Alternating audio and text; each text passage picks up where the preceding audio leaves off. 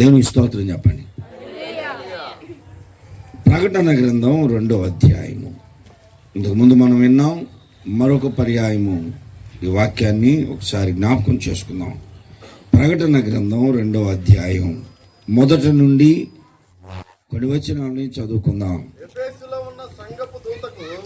ఎఫెసులో ఉన్న సంఘపు దూతకి ఎలాగో రాయుము, 7 నక్షత్రములు తన కుడి చేత పట్టుకొని 7 దీపస్తంభముల మధ్య సంచరించువాడు చెప్పు సంగతులు ఏమనగా, నీ క్రియలను, నీ కష్టమును, నీ సహనమును నేను ఎరుగుదును. నీవు దుష్టులను సహింపలేవనియు అపోస్తులు కాకయే తాము అపోస్తులమని చెప్పుకొని వారిని పరీక్షించి వారు అబద్ధికులని నీవు కనుగొంటివి. క్షమించండి, ఏమనుకో. నేను చదువుతాను, మీరు అనుసరించండి. నీ క్రియలను, నీ కష్టమును, నీ సహనమును నేను ఎరుగుదును.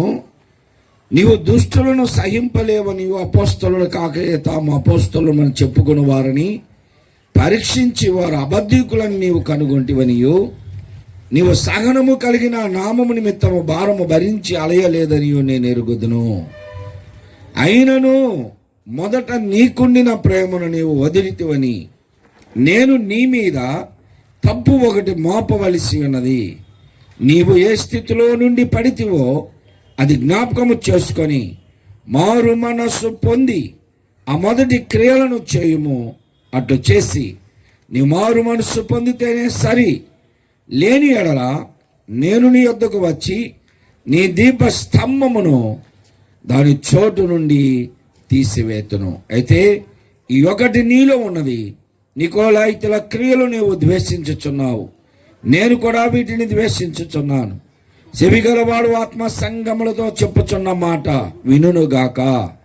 జయించువానికి దేవుని పరదేశంలో ఉన్న జీవవృక్ష ఫలములు భుజింపనిత్తును. ఇక మీరెవరో బైబిల్ చూడబాకండి, వాక్యాన్ని వినండి. బైబిల్ గ్రంథంలో 66 పుస్తకాలలో చివరి పుస్తకం ప్రకటన గ్రంథం.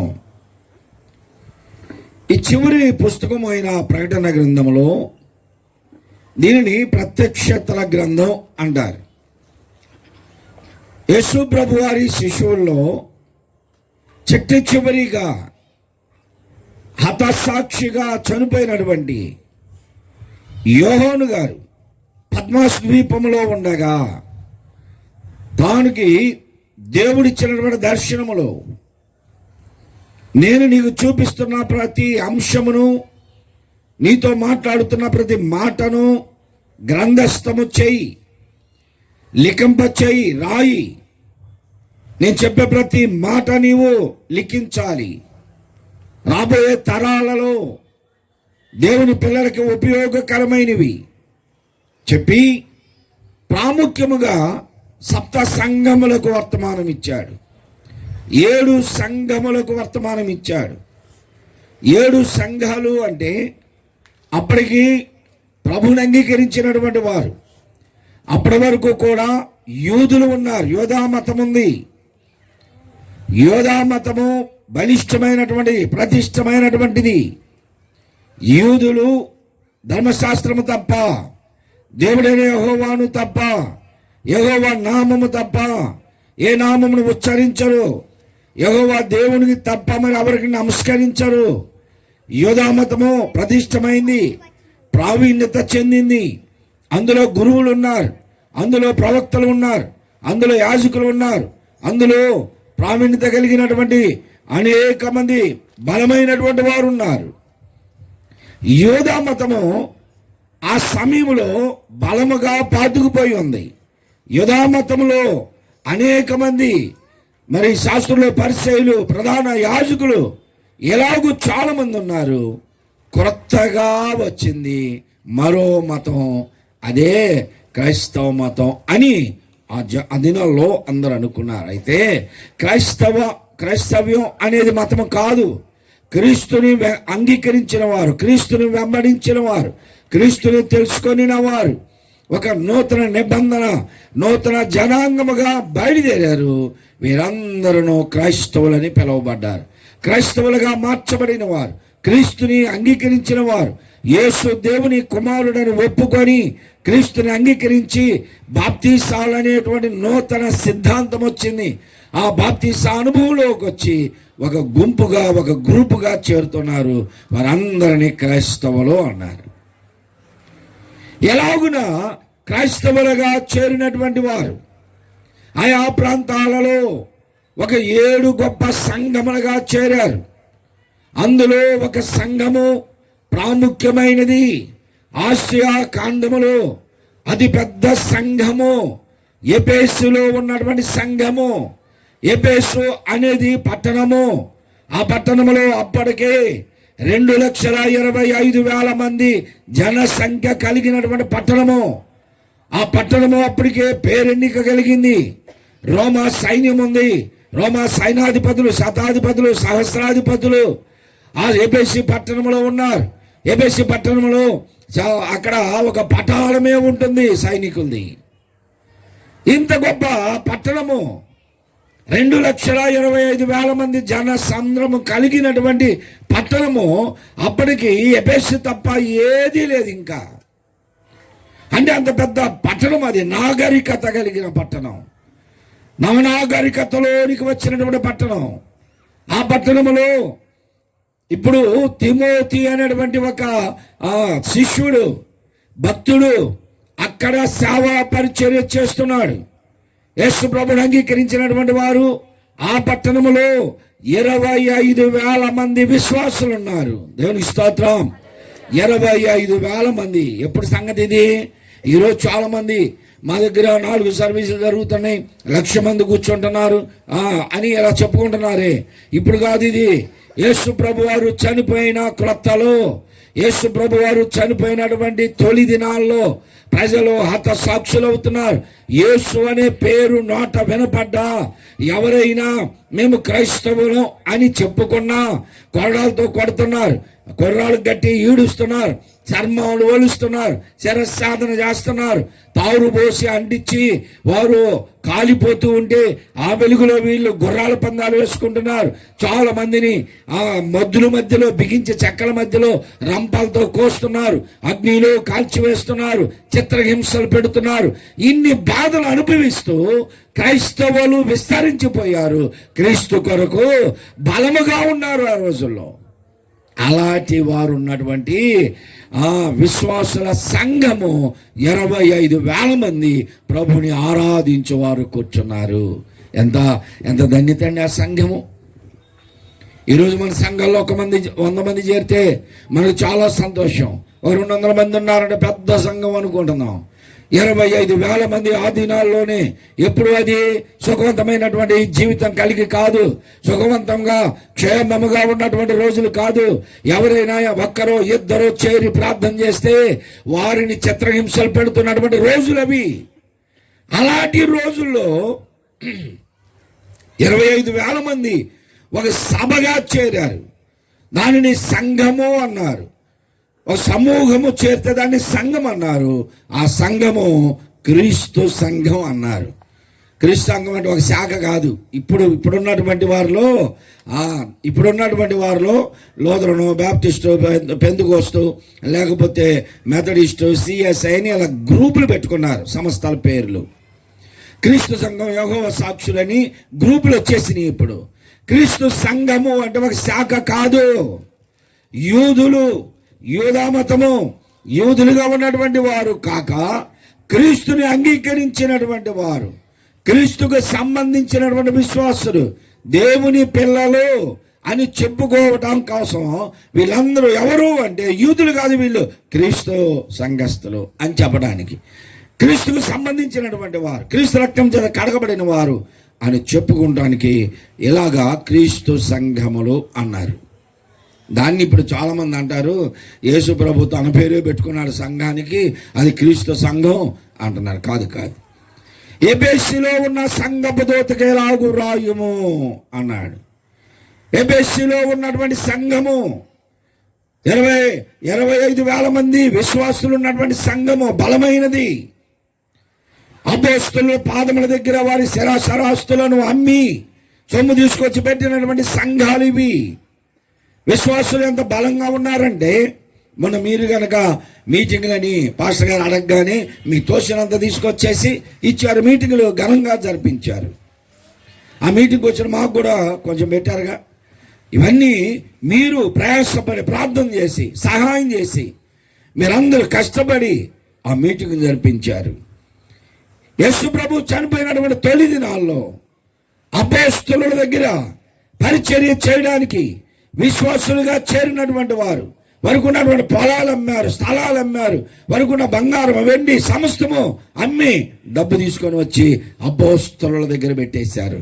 ఇక మాకు ఇల్లొద్దు వాకిళ్ళొద్దు అయ్యా, ఇదిగో మా కొరకు ప్రాణం పెట్టిన ప్రభు కొరకు మేము బ్రతుకుతాం, చనిపోయినా ప్రభు కొరకే, బ్రతికినా ప్రభు కొరకే అని వారు ఒక దృఢ నిశ్చయతలోనికి వచ్చి వారి శరస్థరాస్తులను అమ్మి అపోస్తలుల పాదముల దగ్గర పెట్టి సేవా పరిచర్యలో ఉన్నారు.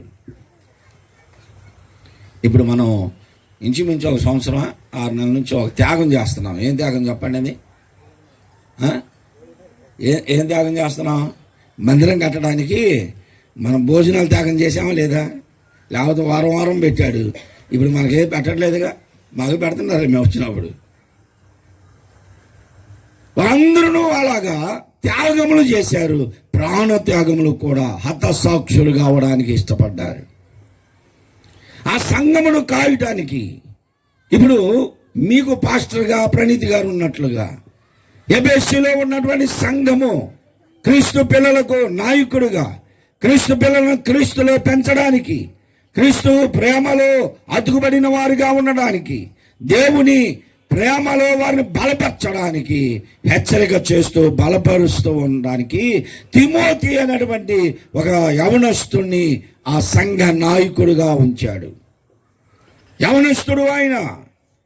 ఆ యవనస్తుడిని ఆ సంఘములకు పంపిస్తూ పౌలు భక్తుడు ఎన్ని హెచ్చరికలు చేశాడో, తిమోతి నీవు పెద్దవారిని తల్లులుగా భావించు, నీకంటే చిన్నవారిని స్త్రీలని అక్క చెల్లెలుగా భావించు, నీవు నీ యవనేచ్ఛల నుండి పారిపో, యవనస్తుడు నీవు చాలా జాగ్రత్తగా ఉండాలని ఆ సంఘంలోనికి పంపిస్తూ హెచ్చరికలు చేసి పంపించాడు. ఇప్పుడు అతనికి పరిశుద్ధాత్ముడు ఒక లేఖ రాశాడు. ఎబెస్సీ సంఘపు దూతకెలాగు రాయుమో. ఎబెస్సీ సంఘమును కాస్తున్నటువంటి సంఘపు దూత గాబ్రియేలో మికాయేలో కాదు. తిమోతి సంఘానికి కాపరిగా ఉన్నవారిని దూతలు అన్నారు. ఆ తిమోతికే రాయు. ఏమిటి అంటే మీ సంఘమును కూర్చున్నటువంటి ఒక ప్రశంసా పత్రం ఇస్తున్నాడు దేవుడు. ప్రశంసా పత్రమేగా. ఎవరైనా ఉద్యోగంలో బాగా పనిచేశారనుకోండి, వారిని ఏమనిస్తారంటే గుడ్ వర్కరా, బెస్ట్ వర్కర్ అని. వారికి ఒక స్కూల్లో బాగా చదివారనుకో బెస్ట్ స్టూడెంట్. ఇలాగా ప్రశంసా పత్రం రాసి వాళ్ళు రిటైర్డ్ అయిన రోజు లేకపోతే ఆ స్కూల్లో పాస్ అయినప్పుడు ఇలాగా ఇస్తారు. అందులో లోపాలేమి పెట్టరు కదా. లోపాలు పెడతారా? 500 మొన్న 576 577 వస్తే మనం స్టేజ్ ఎక్కిచ్చేసి అబ్బాయిని, ఏం పేరు, యశ్వంత్ గురించి అంత గొప్పగా చెప్పాం. యశ్వంత్ గురించి గొప్పగా చెప్పాం. ఎవరినైనా సరే వారు అందరికంటే బాగా చదివారు, బాగా మార్కులు వచ్చినాయి అని ఎక్కడైనా అలాగనే చెబుతాం. మా సంఘంలోనే మీ సంఘంలో ఎక్కడైనా సరే వారిలో అన్నీ మంచిగా ఉంటాయా? అన్నీ మంచిగా ఉంటాయా? అల్లరి ఉండదా? మాట వినని తత్వం ఉండదా? ఉండి కానీ అవి చెబుతాం మనం అందరి ముందు చెప్పం. కానీ పరిశుద్ధాత్ముడు ఎబెస్సీ సంఘమును మెచ్చుకున్నాడు. వారిలో ఉన్నటువంటి లోపములు చూపించాడు. ఆ లోపములు బట్టి గద్దించాడు, సమయం ఇచ్చాడు దాన్ని సరి చేసుకోమని, లేకపోతే శిక్షిస్తాను అన్నాడు. ఎవరైనా సరే ఒక సావుకుడిగా విశ్వాసులు క్షేమంగా ఉండాలి, ఆత్మీయంగా ఎదగాలి, వారు బలపడాలి అంటే ఎప్పుడు వారిని మెచ్చుకుంటూ ఉంటేనే కాదు, విశ్వాసులు కొంతమంది సంఘంలో ఎప్పుడు వారిని మెచ్చుకోవాలా, వారు ఎంత ఇచ్చినా దాన్ని గొప్పగా చెప్పాలి, వారు చిన్న పని చేసినా గొప్పగా పొగడాలి. అలా పొగుడుతుంటేనే వీళ్ళు ఉంటారు. ఎప్పుడన్నా సరే బ్రదర్ ఏంటి, సిస్టర్ ఏంటంటే మమ్మల్ని అందరి ముందు అన్నాడు అండి పాస్టర్, మేము ఎందుకు వస్తాం వాడికి, ఇక సంఘం అది కాకపోతే లేవా మాకు, ఎన్ని సంఘాలు లేవు ఇక్కడ, అవసరమైతే నేనే పెడతానంటారు. అక్కడ పెట్టారు, వెళ్ళిపోయారుగా, ఉన్నారా? చాలామంది ఇప్పుడు అలాగనే ఉన్నారు. నేను అలా ఉండను ఎప్పుడు. మా సంఘంలో ఎవరైనా సరే అసలు మెచ్చుకోవటం అని ఉండదు. వారిలో మంచి ఉన్నా సరే మెచ్చుకోను. వారు లేనప్పుడు మెచ్చుకుంటా, ఇంకొక దగ్గర మెచ్చుకుంటా, వాళ్ళ ఎదురు ఎప్పుడు కూడా మెచ్చుకుంటే పొగినట్టు ఉంటుంది. వారు పడిపోతారు, అంతే. మెచ్చుకుంటే పడిపోతారు. ఎఫెసీ సంఘములో దేవుడు ఇప్పుడు మాట్లాడుతున్నటువంటి మాటలు, ఏ రాత్రి ప్రియ సహోదరి సహోదరుడా, నీ జీవితంలో కూడా ఉన్నాయి, నీలో కూడా లోపములు ఉన్నాయి. ఆ లోపములు చెప్పినప్పుడు సరి చేసుకోవడానికి ఇష్టపడాలి, గద్దించినప్పుడు లోపడాలి, హెచ్చరించినప్పుడు సరి చేసుకోవాలి. అలాగూ లేకపోతే దేవుడు నిన్ను శిక్షిస్తాను అంటున్నాడు. అది నాన్న ఎఫెసీ సంఘములో ఉన్నటువంటి ఆ లోపములు మనలో కూడా ఉన్నాయి. వాటిని మనము సరి చేసుకుందాం. ఆ సంఘమునికి చెబుతున్నాడు ఇప్పుడు. ఏమంటున్నాడంటే, నీ క్రియలను, నీ కష్టమును, నీ సహనమును నేను ఎరుగుదును. 3 విషయాలు చెప్పాడు. మొట్టమొదటిది ఏంటి చెప్పండి? నీ క్రియలు, రెండవది కష్టము, మూడవది సహనం. ఈ 3 వినడానికి ఒకటిలాగానే ఉంటాయి, కానీ 3 వేరు వేరు. నీ కష్టమును నేను ఎరుగుదును అన్నాడు. కష్టం, దేవుని కొరకు నువ్వు ఎంత కష్టపడుతున్నావు. కొన్ని సందర్భాల్లో తల్లిదండ్రులు పిల్లల ముందు ఏడుస్తారు, తల బాదుకుంటారు. మీ కొరకు నేను అంత కష్టపడ్డాను రా. తండ్రుల కంటే తల్లులు ఏడుస్తారు ఎక్కువ మంది, తెలుసా? మీ నాన్న గాలులు నిన్ను వదిలిపెట్టిపోతే నేను ఎట్ట పెంచాను, కష్టపడి ఎన్ని నెలల్లో పనిచేసి ఎన్ని మాటలు అనిపించుకొని నిన్ను పోషించాను, నిన్ను చదివించా, ఇలాగైపోయావే అని ఏడ్చిన తల్లులు నాకు తెలుసు. వాస్తవం అలాగా ఎంతోమంది పిల్లలు పుట్టిన తర్వాత భర్తలు వదిలిపెట్టి వెళ్ళిపోయినటువంటి వారు ఉన్నారు. ఆ తల్లి కష్టపడి పని చేసి ఆ పిల్లలను పెంచి పెద్ద చేసింది. కష్టపడి పని చేయడానికి ఇష్టపడాలే తప్ప వదిలిపెట్టిపోయాడు గాలుడు, మేము కూడా గాలికి దిగుతా అంటే మంచిది కాదు. అది చాలామంది అలా ఏడుస్తారు. పిల్లల ముందు వారు పడ్డ కష్టాన్ని చెప్పుకుంటూ ఉంటారు. మరి ఒక సంఘానికి నాయకుడిగా ఉన్నటువంటి ఒక సేవకుడు ఎంత కష్టం అనిపిస్తాడో తెలుసా? సంఘంలో సేవకులు సూట్లు కోట్లు టైలు కట్టుకొని మైక్ ముందు కెమెరా ముందు వచ్చి నిలబడగానే వెనకేమండి బాగున్నాడండి, బాగా సంపాదిస్తున్నాడండి అనుకుంటారు. కానీ ఈ సూటు బూటు వేసి టై కట్టిన వెనక ఎంత కష్టం ఉంటుందో తెలుసా? మీరందరూ రాత్రంతా హాయిగా నిద్రపోతే మీ కొరకు రాత్రుల్లో ప్రార్థన చేసే కూలివాడు, కావలివాడు ఎవరు అంటే ఒక సేవకుడే. ఆదమర్చి నిద్రపోతారు. ప్రార్థనకు వచ్చినప్పుడు చెబుతారు, పాస్టర్ గారు మా కుటుంబం చాలా కష్టంగా ఉందండి, ఆర్థికపరమైన ఇబ్బందుల్లో నేను రేపు తెల్లారితే 5,000 కట్టాలి, అసలు ఏమీ లేవయ్యా. మరొకరు చెప్తారు, అనారోగ్యంతో బాధపడుతున్నాను పాస్టర్ గారు, ఏదో చిన్న ముక్క తీసి పంపించారు, క్యాన్సర్ అనుకుంటాను, భయపడుతున్నాం. వారు ఏడుస్తూ ఉంటారు. మరి కొంతమంది చెబుతారు, పిల్లలు మా మాట వింటలేదు పాస్టర్ గారు. మరి కొంతమంది చెబుతారు, కొడుకు కోడలు మమ్మల్ని హింసిస్తున్నారని. ఇవన్నీ మీరు చెప్పి వెళ్ళిపోతారు. మేము విని హాయిగా కొరకబెట్టి నిద్రపోయామనుకో, మీ ప్రార్థన తండ్రి వద్దకు చేరేది ఎప్పుడు?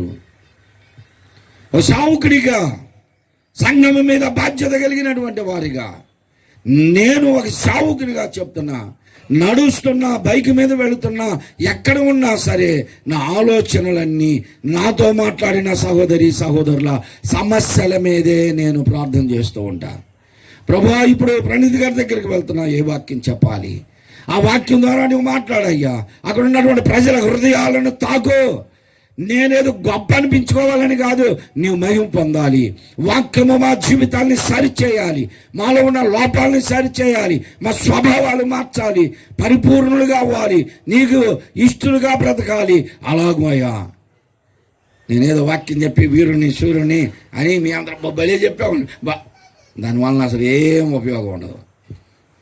ఇలా భలే చెప్పామంటారు, రేపేమంటారు. ఒకవేళ చిన్న మాట మీకు తగిలింది అనుకో, పాస్టర్ గారు ప్రణీత్ గారు ఆయన పిలవబాకండి, పొద్దుగోలు మా గురించే చెబుతున్నాడు అని మెల్లిగా చెబుతారు.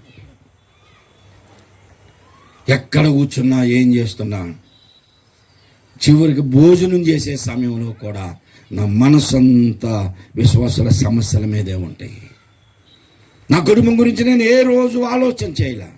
నా కొడుకు ఏంటి, నా కూతురు ఏంటి, నా భార్య ఏంటి, నేనేంటి, మా సమస్యలు ఏంటి, మా అభివృద్ధి ఏమిటి, మేము అంత సంపాదించాలి, అలా బ్రతకాలి, ఏ కోశాన నాకు ఆలోచన రాదు.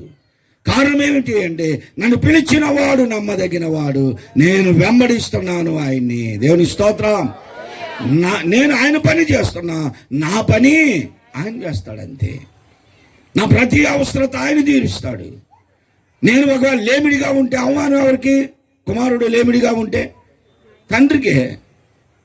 ఇప్పుడు తల్లిదండ్రులకు మీరున్నారు, ఏ తల్లి అయినా సరే వాళ్ళ పిల్లలకి సింపుల్ ఇంటికి పెట్టి ఎట్లా అనుకుంటే పిల్లలు ఆ చినిగిపోయిన బట్టలు వేసుకొని చేతులు ఇట్లా లాక్కు వస్తా తల్లి ఏమేమి నీట్గా అబ్బో అసలు పంజాబ్ డ్రెస్ వేసి పైన సున్ని కూడా లేకుండా టైట్ వేసి లెగ్గిన్స్ వేసి లోపల లావు వేసుకొని టైట్కి నైస్గా వస్తుంటే చూసేవాళ్ళు ఏమంటారు? చూడు ఏమంటారండి చూసేవాళ్ళు, అబ్బో తల్లి సోకే కానీ పిల్లలకు అసలు సోకే లేదండి, శుభ్రతే లేదండి అంటారా?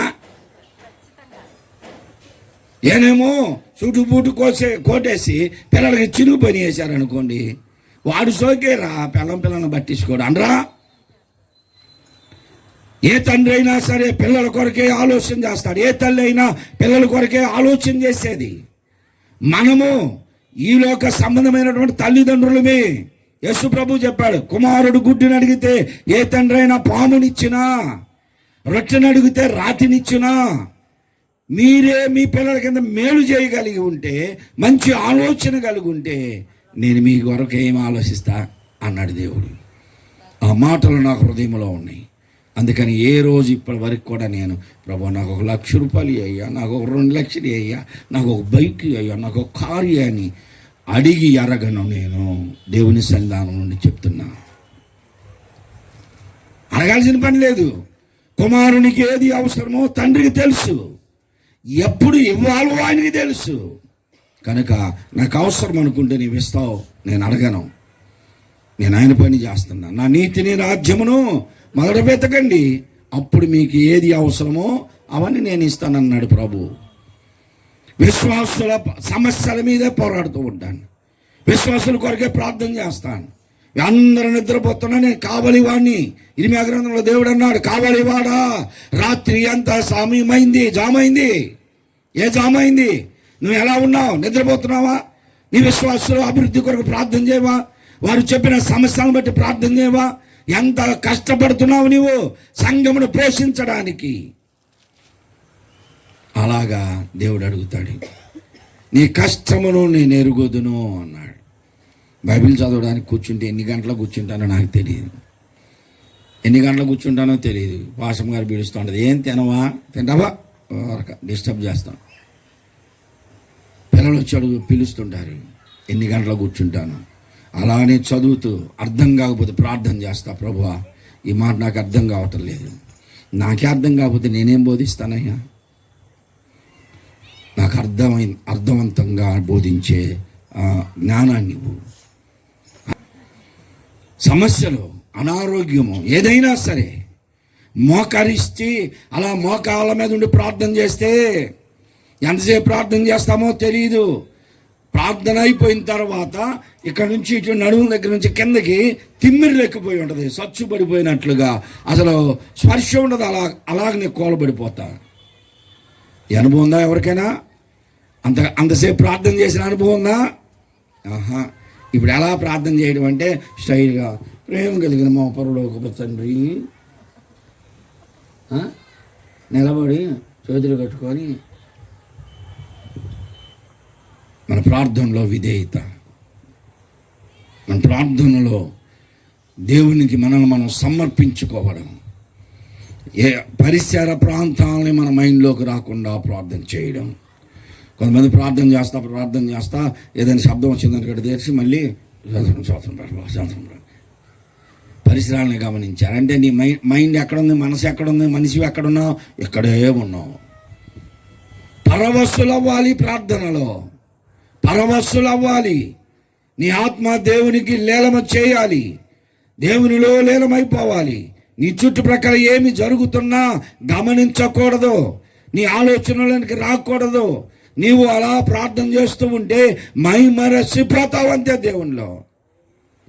అది ఇప్పుడు అంటున్నాడు, నీ కష్టమును నేను ఎరుగుదును. సంఘం కోసం ఎంత కష్టపడ్డావో, నీ కష్టం ఎంత ఉందో నాకు తెలుసు అంటున్నాడు దేవుడు. రెండవది అంటున్నాడు, నీ క్రియలను నేను ఎరుగుదును. నీ క్రియలను నేను ఎరుగుదును. ఏంటి నీ క్రియలు? క్రియలు అంటే ఏంటి అంటే పర్యాయ పదం ఏంటి? ఇంకోటి క్రియలు అంటే పనులు. నీ పనులు నాకు తెలుసు. ఏం చేస్తారు మన ఆదివారం ఎక్కడ బ్రదర్ ఎక్కడ తీరుతుంది, పనులు ఎక్కువైపోయినాయండి అంటాం. పనులు ఎక్కువైపోయినాయి అంటాం. ఏం పనులు అంటే పొద్దున్నే లేచి పనికి వెళ్ళి రావాలా, తినాలా, చేయాలి, తర్వాత మరలా రీల్స్ చూడాలా, టీవీలు సీరియళ్ళు చూడాలా, ఇవన్నీ పనులు. ఒక్కడ చూద్దామని నువ్వు ఇట్లా కెలికావా, గంట సేపు దాంట్లో నుంచి బయటికి రాలేవు. ఒకటి తర్వాత ఒకటి చివరికి నీలోనే ఒక కోరిక వచ్చింది, నేనే రీల్స్ చేస్తే బాగుండే కదా. మొన్న ఒక అమ్మకి పెళ్ళి అయింది, చెప్పబాకడ మళ్ళీ వెళ్ళి మా సంఘంలో. మొన్న ఒక అమ్మాయికి పెళ్ళి అయింది. ఆ అమ్మాయి వాళ్ళ తల్లిదండ్రులకు చెప్పింది, నా దగ్గరకు వచ్చారు, పాస్టర్ గారు అమ్మాయికి పెళ్లి చేయాలండి అంటే. మంచిది, వయసుకు వచ్చింది కదా అంటే. ఆ అబ్బాయి ఫేస్బుక్లో పరిచయం అంటండి. ఫేస్బుక్లో పరిచయం ఎలాగా అంటే, ఈ అమ్మాయి రీల్స్ చేసిందంట. ఆ రీల్స్ చూసి వాడు మురిసిపోయాడంట. అందుకని ఫేస్బుక్లోనే పరిచయం. సరే రమ్మనని మాట్లాడదామంటే వాడు ఎట్టొచ్చాడు అంటే ఇంతవరకే ఫేస్బుక్లో కనపడుతున్నాడు వాడు. రోజు అందంగా ఉన్నాడు, చక్కగా ఉన్నాడు వాడు. రింగులు చుట్టూ మాట్లాడినప్పుడు ఎట్లా అంటున్నాడు. ఈ అమ్మాయి పడిపోయిందంట. దేనికి పడిపోయింది? వాడు చేసిన రీల్స్కి వాడి అందానికి పడిపోయింది. తీరా వాడిని రమ్మనేసరికి కుంటుకుంటూ వస్తున్నాడు వాడు. ఏమైంది అంటే కాలు పోలియో వచ్చింది. ఇప్పుడు చేసుకుంటుందా? అమ్మో నేను మంచోడు అనుకున్నా, అందగాడు అనుకున్నా, వాళ్ళు పవన్ కళ్యాణ్ చూద్దాం అనుకుందంట. ఎలా ఉంటాయి? నీ కష్టమును నేను ఎరుగుదును. ఏం కష్టం? సంఘం కొరకు ఎంత కష్టపడ్డావు, దేవుని కొరకు ఎంత కష్టపడ్డావు. నీ క్రియలను నేను ఎరుగుదును. నీ క్రియలు ఎలా ఉన్నాయి? దేవునికి అంగీకారంగా ఉన్నాయా? ప్రజలకు అంగీకారంగా ఉన్నాయా? నీ క్రియలు ఎలా ఉన్నాయి? బైబిల్ పట్టుకొని ప్రార్థనకు వెళుతున్నావు అన్నట్టుగా ఉన్నాయి, కానీ తర్వాత సంగతి ఏంటి? ఆదివారం ఒక్కరోజే లేకపోతే ప్రార్థన చేసినప్పుడు, ప్రార్థనకు వచ్చినప్పుడే కాదు, తర్వాత ఏంటి? మన క్రియలను అందరూ పరిశీలిస్తారు, అందరూ చూస్తారు. మనం అనుకుంటాం మనల్ని ఎవరు గమనించాలి అనుకుంటాం. అందరూ గమనిస్తారు. ఎక్కువగా పాస్టర్లని ఎక్కువ గమనిస్తారు. తెలుసా? పాస్టర్లని ఎక్కువ గమనిస్తారు. నన్ను చూడలే అనుకుంటే అన్నీ చెబుతారు. మీరు మొన్న అక్కడ కనపడ్డారు కదండి, మొన్న ఇక్కడ కనపడ్డారండి, నన్ను బలం డ్రెస్ వేసి మేము వేసే డ్రెస్సులు కూడా చెబుతారు. ఈ మధ్యకాలంలో నేను ఏదో మీలాంటి వాళ్ళు ప్రేమతో కొనిస్తే విశ్వాసులు ఆ గల్లగల్ల షర్ట్ ఒకటి కొనిచ్చారు. ఎప్పుడు తెల్లజేస్తా పాస్టర్ గారు, ఇది వేసుకో అని పుట్టినరోజు అని తెచ్చి ఇచ్చారు. నాకు పుట్టినరోజులు ఏంటి బాగా, నాకెందుకు రా, నా ముసలోని అవుతుంటే అంటే వేసుకొని మా అన్నయ్య కూతురు తెచ్చి ఇచ్చింది. సరే వేసుకున్నా, బాబా వేసుకుంటే వేసుకున్నా. బాగానే అనిపించింది. ఎప్పుడో కాలేజీ రోజులు గుర్తొచ్చినాయి, కానీ నేను కాలేజీ కుర్రని కాదుగా. ఆ రోజులు గుర్తొచ్చినాయిలే, కానీ అలాగే వెళతా ఉన్నా, ఎవరు చూడలేదులే అనుకున్నా. తర్వాత వచ్చి నాకు మొన్న భలే షర్ట్ వేసావు పాస్టర్ గారు, కాలేజీ బుల్లోలాగా ఉన్నావు అంటే. ఎగతాలు చేయటమా పోగటమా? ఎగతాలు చేయటమే కాదు.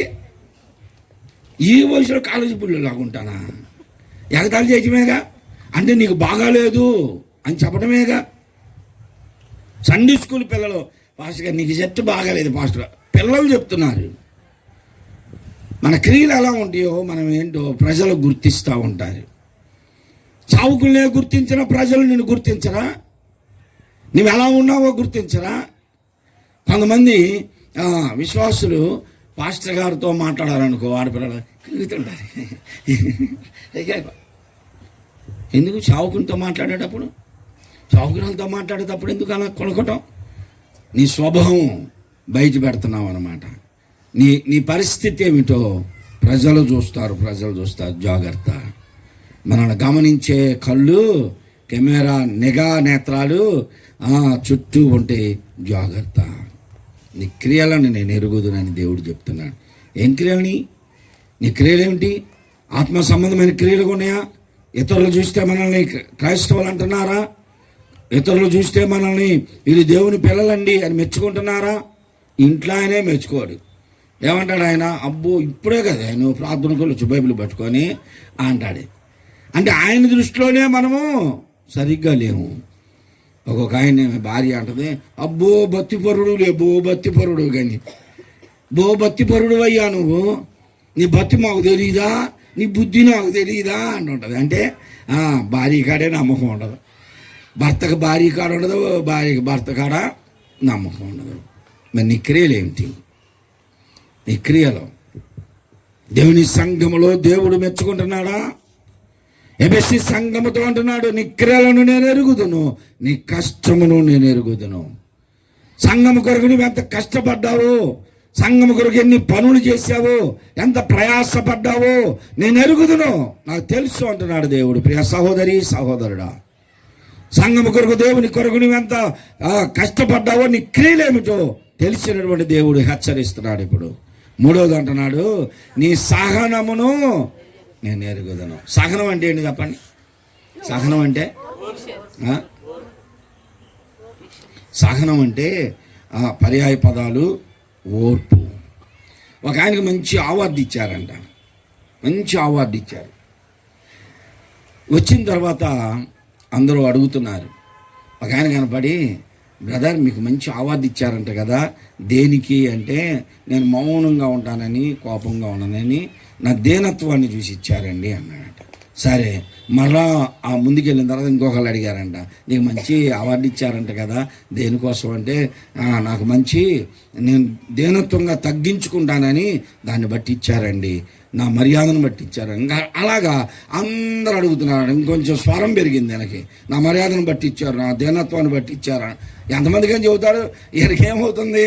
అడుగుతున్న కొలది కొంచెం కోపం వచ్చేస్తూ ఉంది. కోపం చివరికి ఇంటికి వచ్చిన తర్వాత భార్య అడిగింది, ఏం అవార్డు నీకు ఇచ్చిందంటే, ఏం అవార్డు ఇచ్చారు నాకు, దీనత్వంగా ఉన్నానే. ఎక్కడున్నాడు? సహనం, సహించుకోవటం.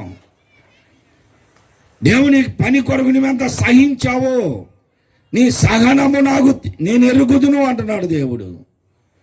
నేను మీ అందరి సహనాన్ని చూసా. ఎప్పుడు? మన వర్షం వచ్చినప్పుడు కదా. ప్రణీతి గారు తెల్లవారుజామున 4 గంటలకు ఇప్పుడు ప్రార్థన పెట్టాడు. 4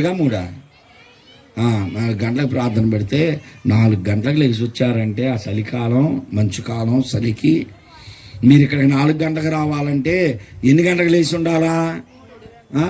4 గంటలు లేచి మొత్తం ఎంత గబగబని ఇది ఎట్లా గబగబ వచ్చారా?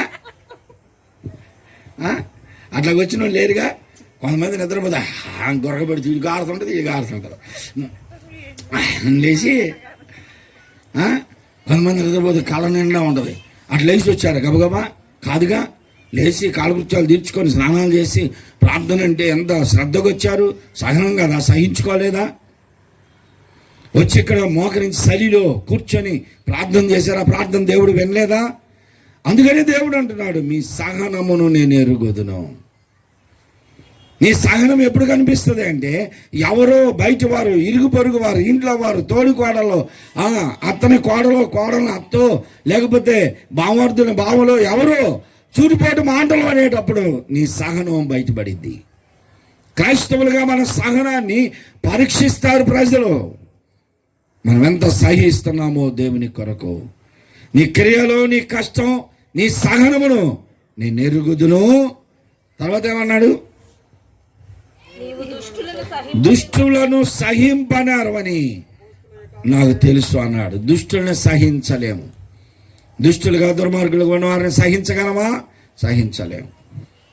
దుష్టులను నీవు సహింపవనియు అపోస్తులు కాకయే తాము అపోస్తులను మనం చెప్పుకొని వారిని నీవు పరీక్షిస్తావు.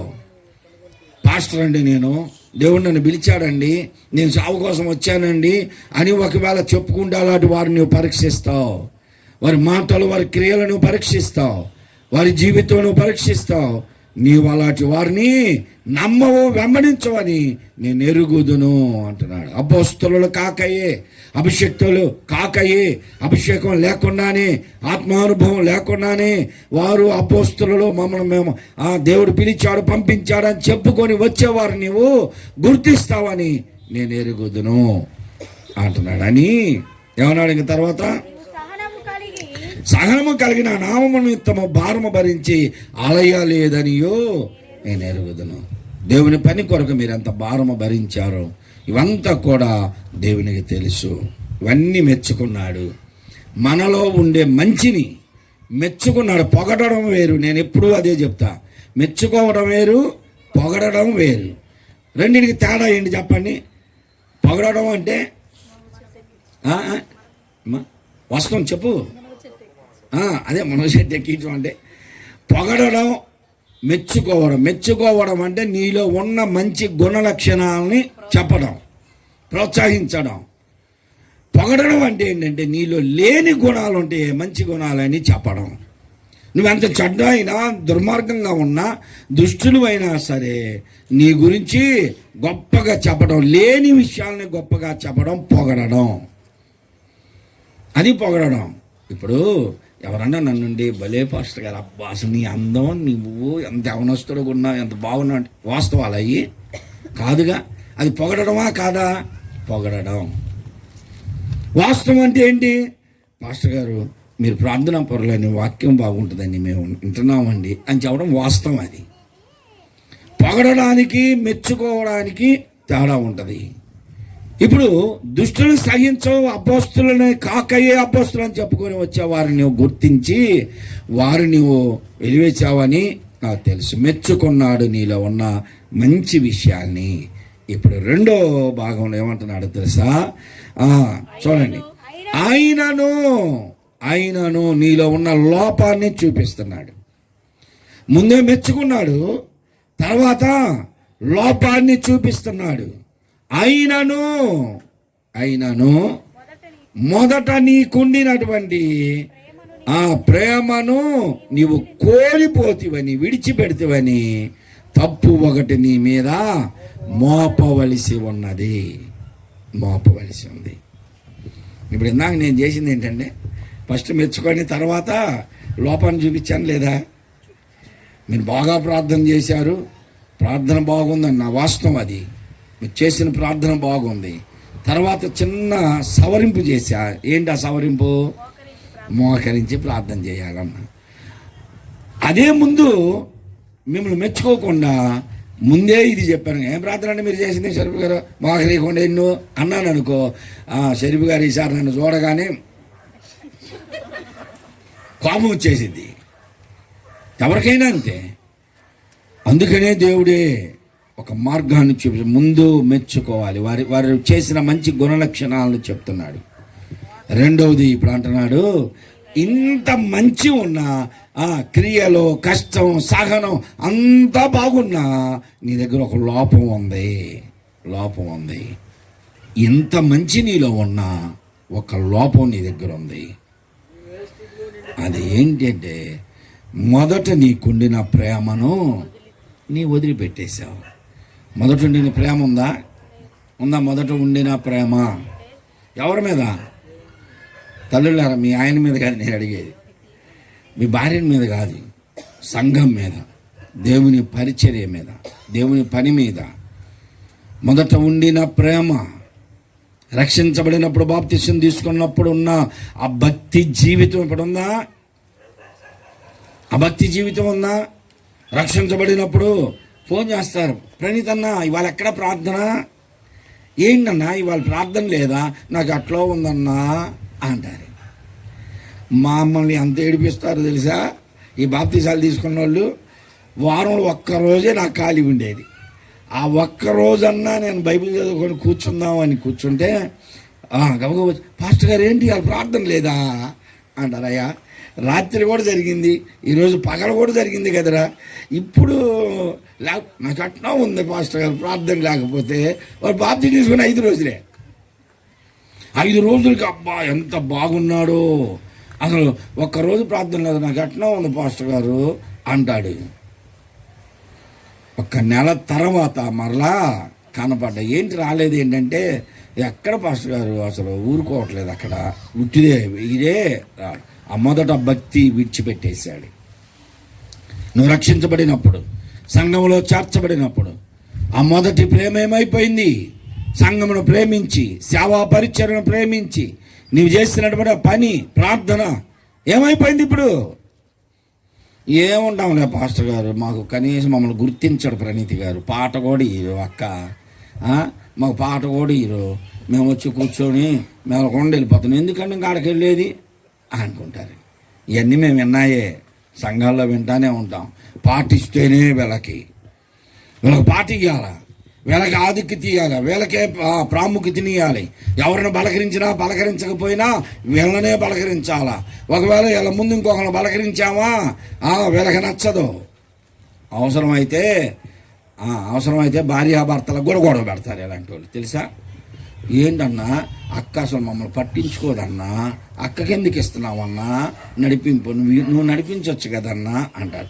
ఒకవేళ ఈ అన్నే నడిపిస్తా 1 వారం మర్చిపోయాడు అనుకో, అక్క నువ్వు నడిపించినప్పుడు బాగుంది అక్క, అన్న ఎందుకు వచ్చాడక్క, ఇలా కూడా పెట్టేవాళ్ళు ఉన్నారు తెలుసు సంఘాల్లో. చాలామంది మొదటి ప్రేమను కోల్పోయినటువంటి వారుగా ఉన్నారు. దేవుని ఎలా ప్రేమిస్తున్నావు నువ్వు? ఆయన నిన్ను ప్రేమించి నీ పాపస్థితిని మార్చి, నీవు పాపములు పొరలాడుతూ ఉండగా ఆ పాపపు రక్తము నుండి విడిపించి, యేసు రక్తము ద్వారా నిన్ను కడిగి పరిశుద్ధిని చేసి పవిత్రులుగా మార్చి తన బిడ్డగా అంగీకరించి పరిశుద్ధుల లెక్కలో చేరిస్తే నీవు మొదటి ప్రేమను కోల్పోయావు. ఆ భక్తి లేదు, విశ్వాసం లేదు, నిరీక్షణ లేదు, ఆసక్తి లేదు. మొదట ఏ సమయానికల్లా వచ్చేసేవాళ్ళు? 7 గంటలకు వాళ్ళు వచ్చాడు, నేను 8 గంటలకు వచ్చాను, 4 గోళ్ళు అసలు ఏమైపోయారు అనుకుంటున్నా. అంటే భక్తి ఎక్కువైపోయింది మనకి కదా. అసలు విశ్వాసం ఎప్పటికప్పుడు మనలో ఆత్మీయంగా ఎదిగిపోవాలి, ఆత్మీయంగా ఎదగాలి, ఇంకా ఎదగాలి. ఇంతకుముందు 7 గంటలకు వచ్చాము, ఇప్పుడు 6:30కే వచ్చి కూర్చోవాలి. నష్టమే ఉంది? 6:30కే వచ్చి కూర్చొని ప్రార్థన చేసుకుంటూ ఉండాలి. ప్రభు ఆ ప్రజలను నడిపించయ్యా, ప్రజలను నడిపించు, పాడే పాటలు నన్ను హెచ్చరించే ఉండాలి, వాక్యం ద్వారా నన్ను బలపరిచేటట్లుగా ఉండాలని ప్రార్థన చేస్తూ ఉండు. నేను ఒక సేవకునిగా ఈరోజు కూడా ఇప్పటి వరకు కూడా ప్రకటించిన సమయానికి తర్వాత వెళ్ళిన రోజులు నాకు తెలియదు. అది ఎక్కడైనా సరే, ఏ సంఘమైన, ఏ కూటమైన, చిన్న కాలేజీ మీటింగ్ అయినా సరే, సమయం 7 గంటల కంటే నేను 6:30కే పోయి కూర్చుంటాను. దేవుని పని మీద ప్రేమ ఉండాలి. మొదటి ప్రేమను నీవు కోల్పోతివని నీ మీద నేరము ఒకటి మోపవలసి ఉన్నది. దేవుడు మనల్ని పట్టించుకొని మన మీద నేరము మోపితే మనం ఎందుకు పనికి రాని వారము? కాబట్టి మొదటి ప్రేమ కలిగి ఉందాం. తర్వాత ఏమన్నాడు? నీవు ఏ స్థితిలో నుండి పడితివో అది జ్ఞాపకము చేసుకొని మారు మనస్సు పొంది ఆ మొదటి క్రియలను చెయ్యి. నువ్వే స్థితిలో పడిపోయావు? నేను పడిపోలేదండి, నేను స్థిరంగానే ఉన్నాను, ఆత్మీయంగానే ఉన్నాను అనుకుంటున్నావా? మంచిది, దేవుడు నిన్ను ఇంకా దీవిస్తాడు. పడిపోకుండా ఉంటే మంచిది. నువ్వెక్కడ పడిపోయావో నీకు తెలుసు. ప్రార్థనా జీవితంలో పడిపోయావా? బైబిల్ చదవటంలో పడిపోయావా? వాక్యం వినడంలో ఆసక్తి తగ్గిపోయిందా?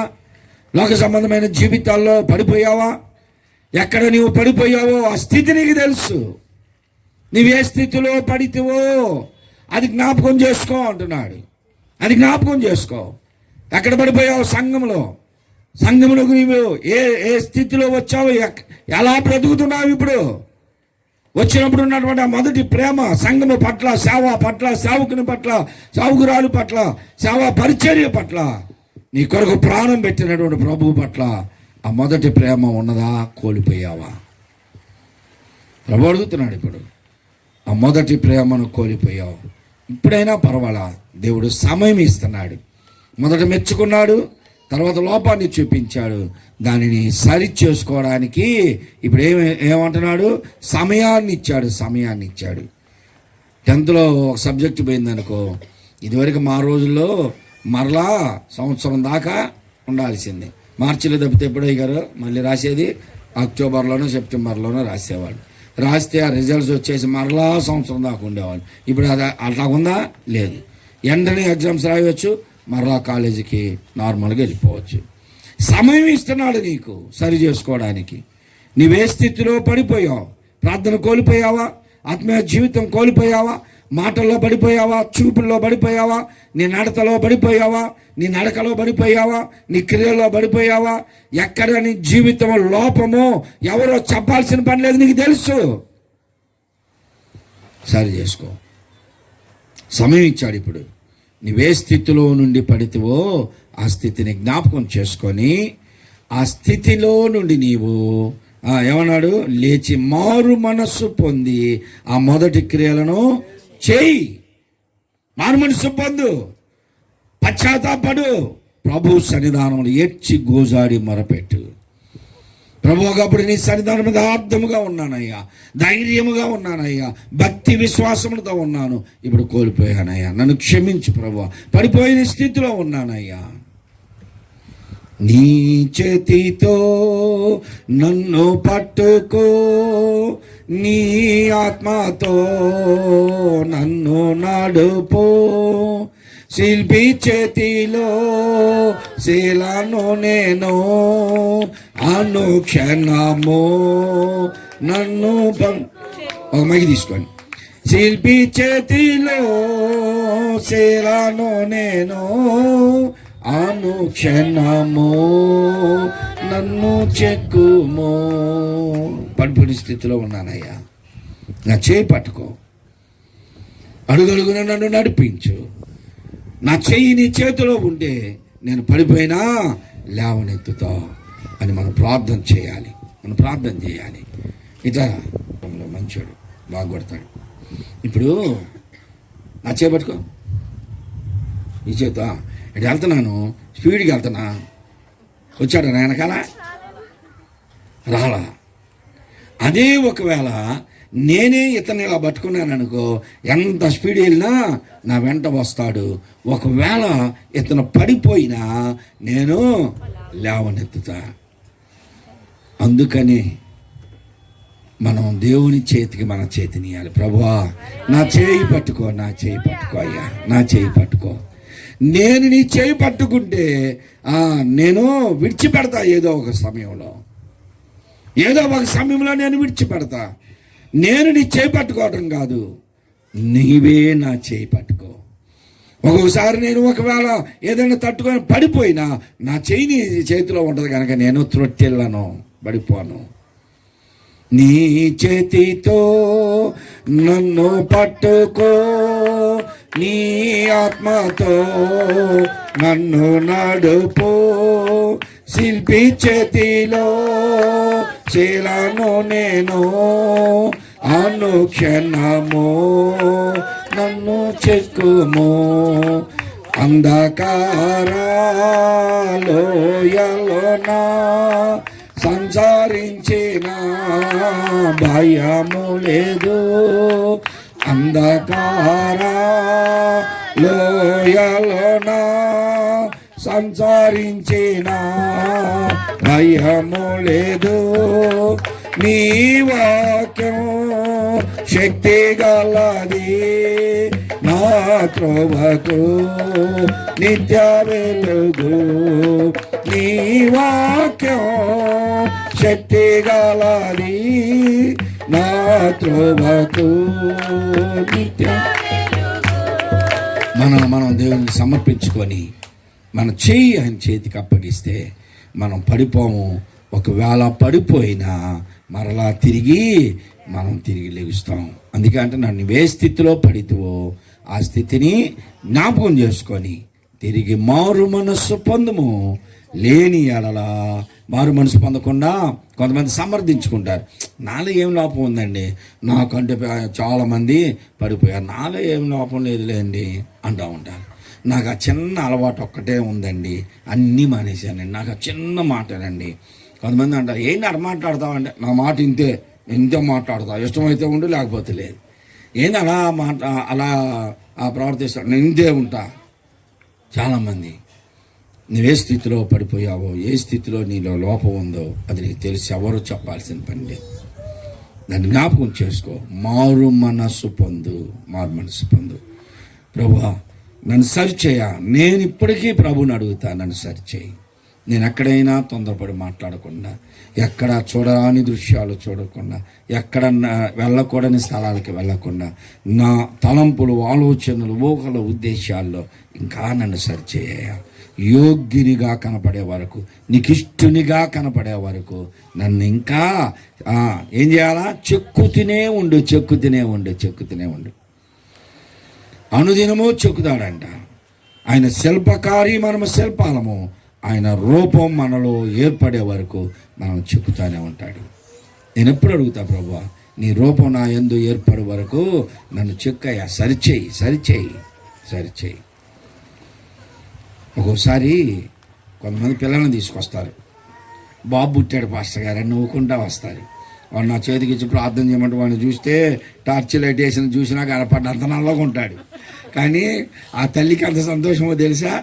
నల్లోడో పొల్లోడో పల్లోడో యశమంటుడు అన్నా కానీ ఎవరు కొడుకు పుడితే చాలు వీళ్ళకి. వాడు అలాంటోడు అన్నా కానీ రేపు తన్నేవదో తరిమేది ఈడే.